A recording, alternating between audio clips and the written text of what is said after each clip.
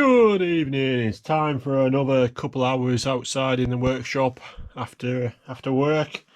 I'll give you a quick recap on what I did last night, saying I didn't do any filming. Last night I basically spent the time working out where I could put some pulleys on this front plate as it was.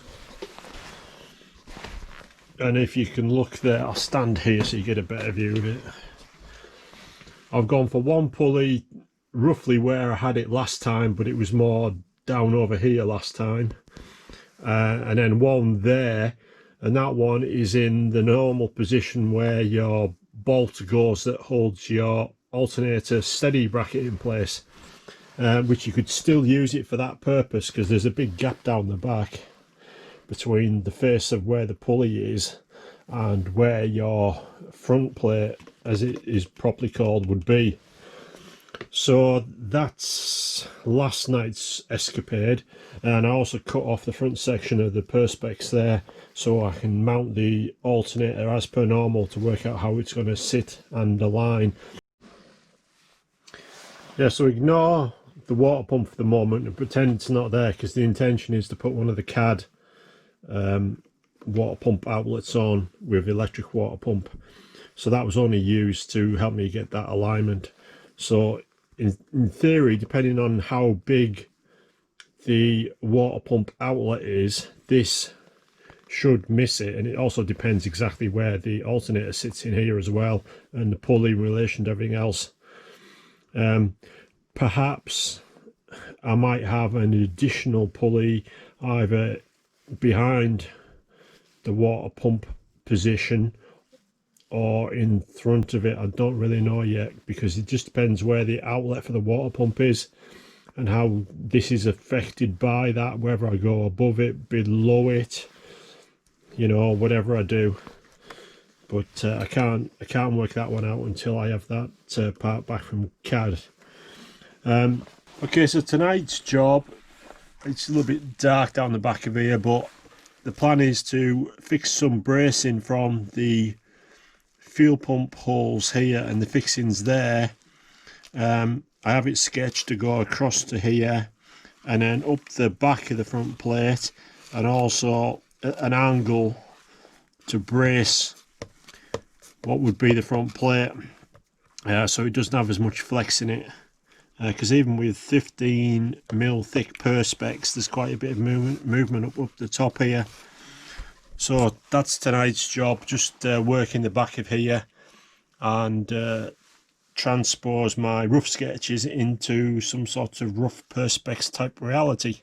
Right, that's it, calling it a night. I got slightly distracted from working on the bracket at the back and ended up making a little bracket that goes on the top of here.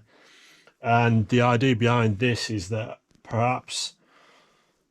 again, this is all prototyping, that this piece is all one section, forget about it being two pieces,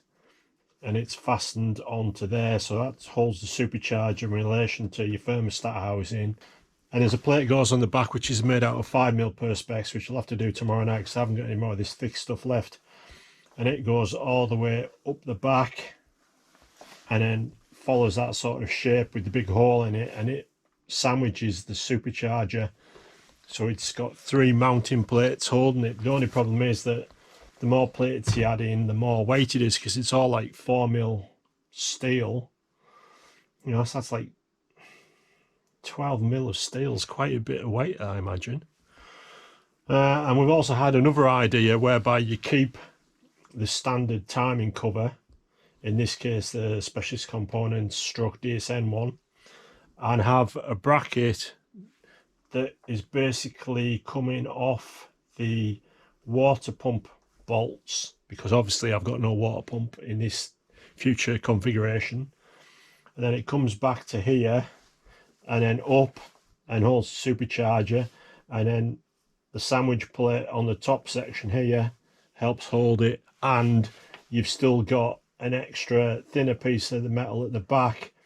fastened onto the normal front plate and coming up and acting as the third layer,